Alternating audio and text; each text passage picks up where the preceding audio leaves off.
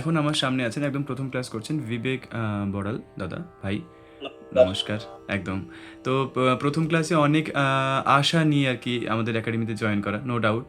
যে আমি মানে ওনার বক্তব্য হচ্ছে যে গিটারটা বাজান মোটামুটি, কিন্তু গিটারের সাথে গান করতে গেলে কি হয় যে ভয়েস মিলছে না, আর তার জন্য তাল একটা ঠিক আছে।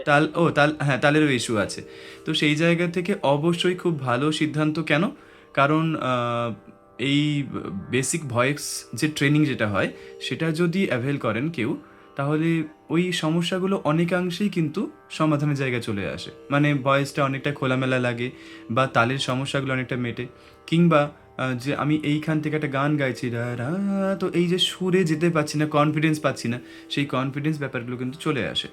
আর ভয়েস ট্রেনিং শুধুমাত্র যারা গান করতে চান তাদের জন্য নয়, এটা আমি শুরুতেও বলেছিলাম একবার, যে তাদের জন্য বটে যারা মানে কোনো ডায়লগ, মানে যেমন কোনো অ্যাক্টিং জাতীয় বিষয়ে ওনারা ইনভলভড আছেন, কিংবা ডেইলি লাইফস্টাইলে আমাদের কথা বলতেই লাগে, আর সেই কথা বলার সময় আমরা অনেক সময় কনফিডেন্স পাই না, তো সেটার জন্য কিন্তু ভয়েস ট্রেনিং লাগে।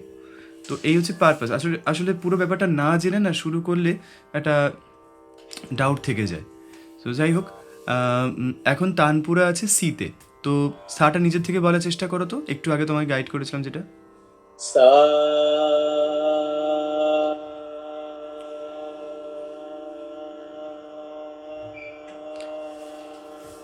ওকে। আপাত দৃষ্টিতে যারা যারা ভিডিওটা ফলো করছেন তারা কি ভাবলেন যে সাইড টোনটা তো ম্যাচ করলো না, যারা যারা বোঝেন বিষয়টা। কিন্তু এটাকে ভুল মানে না বলে, এটাকে অন্যভাবে বিষয়টা বললে ওনার জন্য খুব ভালো হবে। এবং সেটা কি সেটা আমি বলছি। এবার বলো গা।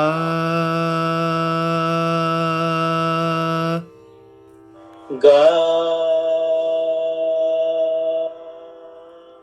তার মানে এই ব্যক্তি যে একদম পারেন না, ব্যর্থ ছিলেন তা কিন্তু নয়। ইনি ফ্রিকোয়েন্সিটাকে অন্য রূপে কল্পনা করছিলেন। সেই কারণে উনি যে রূপে কল্পনা করছেন তার সাথে মানিয়ে নিতে আমি চেষ্টা করলাম। ওই জন্য গা। এবার বলো রে। রে। তাহলে দেখো, এখানে আমরা হাতের ব্যবহার করি, তুমি আমাকে দেখতে পাচ্ছ। গা রে। গা রে। তাহলে একটু আগে যাকে মনে হচ্ছিল যে কত মানে ধারে কাছেও সুরে নেই, তাকে তার মতো করে আমি মানিয়ে নেওয়ার পরে এখন দেখতে পাচ্ছি যে অনেক অনেক সুন্দর হচ্ছে। তাহলে গা রে। এবার হচ্ছে সা। গা গা রে সা। এখন প্রথম ক্লাসে সায়ের কোয়ালিটি ইমপ্রুভ করো রে, বা এই গলাতে কাপ চলে আসছে, এই বিষয়গুলো নিয়ে অত আমি বারবার বলবো না। প্রথম ক্লাসে ফ্রিকোয়েন্সি ম্যাচ হচ্ছে, কনফিডেন্স গ্রো হওয়া চাই। এই যে পারছেন এই এই ব্যক্তি, এটার ফলে যে ভেতর ভেতরে যে খুশিটা পাবেন বা আনন্দ যেটা হবে, সেটা ম্যাটার করে বেশি। এবং পরের ক্লাসে আবারও আমরা নতুন কিছু ডিসকাশন করব। এই করতে করতে একটু একটু করে সায়ের কোয়ালিটির মধ্যে যেটা গলায় ব্যাপার চলে আসছে সা, সেটাকে কাটানোর চেষ্টা করব। এইভাবে ধাপে ধাপে কিন্তু বিষয়গুলো এগোবে। তাহলে আজকে আর কোয়ালিটি নয়, আজকে ফ্রিকোয়েন্সি ম্যাচিং। গা, গাটা বলে আকার মাত্রিক গা বলার চেষ্টা করো। গা রে। রে। এবার হচ্ছে সা বলো। সা আর সাটাকে চেষ্টা করো আকার মাত্রিক বলার, একটু একটু মুখ খুলে আর কি। আবার চলো গা থেকে। গা। গা রে সা।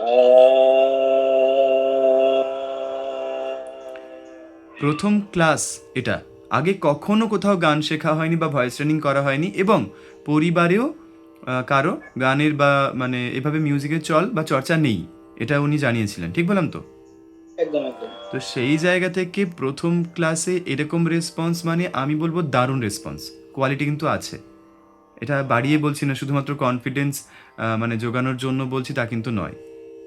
ঠিক আছে, এটা কিন্তু মানতে হবে, নিজেকে আগে বিশ্বাস করতে হবে যে হ্যাঁ আমি পারবো। ঠিক আছে, এবার আমি একটু চেঞ্জ করছি। গা, গা মানে একটা নোটের উপর দিয়ে দুইবার গা, গা কেটে কেটে। গা গা গা তারপর হচ্ছে রে রে। গা গা রে রে তারপর গা সা সা। সা সাটা উঠে যাচ্ছে, বুঝতে পারছো তো? একটু একটু করে ফিল করতে পারলেই বুঝতে, হ্যাঁ হ্যাঁ কাজ হবে। আবার গা থেকে শুরু করো, কারণ তোমার ন্যাচারাল জোনই হচ্ছে গা থেকে। তোমাকে আমি সা থেকে বলতে বলছি না ওই কারণেই। তোমার ভয়েসটা না ওভারঅল গায়ের দিকেই ঝুঁকে আছে। পরবর্তীকালে দেখবে আমরা সি স্কেল থেকে হয়তো তোমার জন্য ডিতে স্কেল করতেই পারি, কিন্তু এখন আপাতত নয়। গা গা বলো। গা গা খুব সুন্দর। রে রে সা সা অনেক, এই 3-4 মিনিটের ভিডিওতে কিন্তু প্রথম থেকে এখনের মধ্যে অনেক বেশি কনফিডেন্ট লাগছে। গা গা রে রে সা সা খুব ভালো। তাহলে গা এই গা রে রে সা সা একদম একদম খুব মজা পেয়ে গেছে প্র্যাকটিসটার মধ্যে। এইটাই দরকার, মানে প্রত্যেকটা প্র্যাকটিসের মধ্যে যদি আমরা মজা মানে করার মতো উপকরণ পেয়ে যাই, তাহলে কিন্তু সেটা আরও আরও দারুণ হয়। এই প্র্যাকটিস করে ভবিষ্যতে কি হবে সেটা পরের কথা, কিন্তু এই প্র্যাকটিসের মধ্যে যদি মজা না আনতে পারি বা খুশি আনন্দটা না আনতে পারি, তাহলে কিন্তু বোরিং হয়ে যায় না পুরো বিষয়টি। ওই জন্য মানে প্র্যাকটিস সেশনটাই মজাদার হওয়া চাই, ঠিক আছে?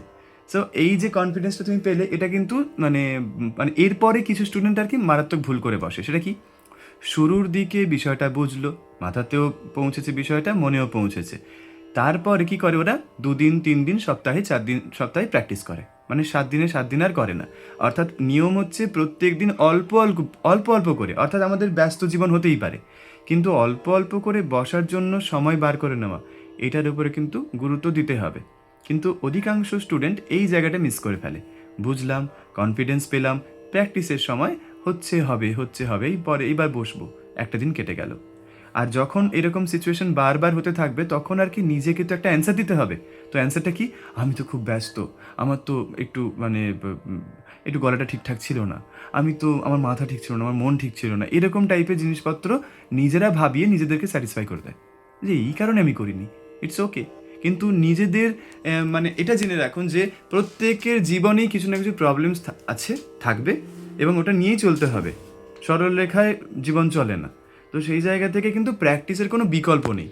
কিন্তু আমাদের তরফ থেকে এটা বারবার করে বলা হচ্ছে যে অল্প প্র্যাকটিস করলেও চলবে, অল্প, মানে আমাদের কিন্তু এটা বক্তব্য নেই যে ঘন্টার পর ঘন্টা বসে পড়ো। দেখুন, ভালোবাসা থাকলে এমনিতেই ঘন্টার পর ঘন্টা একদিন হয়ে যাবে, এটা আমি মানি, কিন্তু এই বসতে হবে, এই জোরাজুরি থেকে কিন্তু বিষয়টা আমার মনে হয় না মানে ফলপ্রসূ হবে বলে বা কাজে আসবে বলে। ভালোবাসতে বাসতে 5 মিনিট থেকে 10 মিনিট হবে, 10 থেকে 20 হবে, 20 থেকে 40 মিনিট হবে, কিংবা বেশি। তাহলে বোঝাতে পারলাম, প্রত্যেক দিন আমার কিন্তু মানে রেসপন্স চাই। এবং অনলাইন ক্লাসের আমাদের সেট আপে মানে একটা সিস্টেম তো তুমি দেখলেই, সেটা কি, যে আমরা কিন্তু নেক্সট উইকেও একটা পোল দেব। ওই পোলে কিন্তু ভোট দিতে হবে যে আমি এই সারা সপ্তাহে কদিন প্র্যাকটিস করেছি। তো সেই ভোটটার উপর বেস্ট করে কিন্তু আমরা বোঝাবো। তো এটা আমাদের এরকম টাইপের আমাদের অনেক নিয়ম আছে একাডেমিতে, নিয়মগুলো পড়ে নেবে, তাহলে দেখবে আমার প্রত্যেকটা নিয়ম কিন্তু তোমাদের মানে সুবিধার্থে, তোমাদের ভালো হবে, এটা এটা ভেবেই কিন্তু করা, ঠিক আছে? So thank you so much. তাহলে এই প্র্যাকটিসটা তুমি বারবার করছো, রেকর্ডিং করা থাকলো, ওকে? হুম।